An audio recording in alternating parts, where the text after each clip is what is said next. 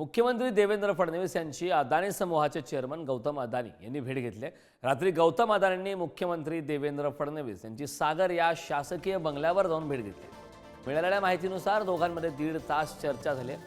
राज्यातील विविध प्रकल्पांबद्दल ही चर्चा झाल्याचं समजतं. काही दिवसांपूर्वीच मुंबईतील आणखी एका प्रकल्पाची बोली अदानी समूहाने जिंकली असून त्यानंतर गौतम अदानी आणि मुख्यमंत्री फडणवीस यांच्यातील ही पहिलीच भेट आहे. भेटीचं कारण नेमकं आतापर्यंत समोर आलं नाही. या संदर्भात ताजे अपडेट देण्यासाठी आपले प्रतिनिधी पंकज दळवी आपल्यासोबत जोडलेत. पंकज, उद्योगपती गौतम अदानी यांनी देवेंद्र फडणवीसांची भेट घेतली आहे. भेटीबाबतची काय सविस्तर माहिती? काल रात्री 1.5 तास ही भेट झाली. अर्थात याच्यामध्ये राजकीय चर्चा झाल्या की उद्योगासंदर्भात मुंबईतल्या अनेक प्रकल्पासंदर्भात ही भेट होती हे समजू शकलेलं नाहीये.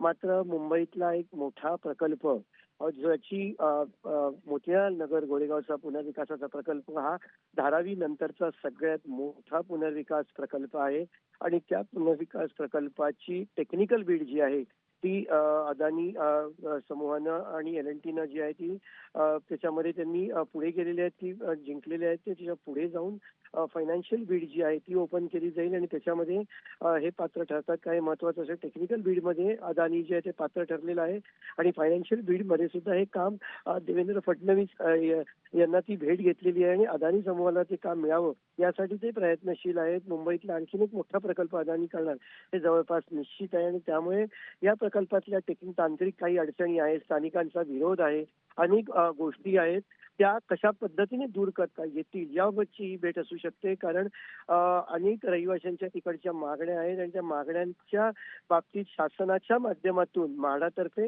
काही मार्ग काढला जाऊ शकतो आणि तो मार्ग काढला तर ह्या प्रकल्पाची वाट जी आहे ती पूर्णपणे मोकळी होऊ शकते. तिकडच्या स्थानिकांच्या घराच्या काही एरिया वाढून मिळण्यासोबतच कॉर्पस फंड संदर्भातल्या आणि काही मागण्या आहेत त्या मागण्या पूर्ण करण्यासाठी म्हाडा आणि सरकारची मध्यस्थी या विषयात होऊ शकते. नक्कीच पंकज, खूप खूप धन्यवाद या महत्त्वपूर्ण अशा माहितीसाठी.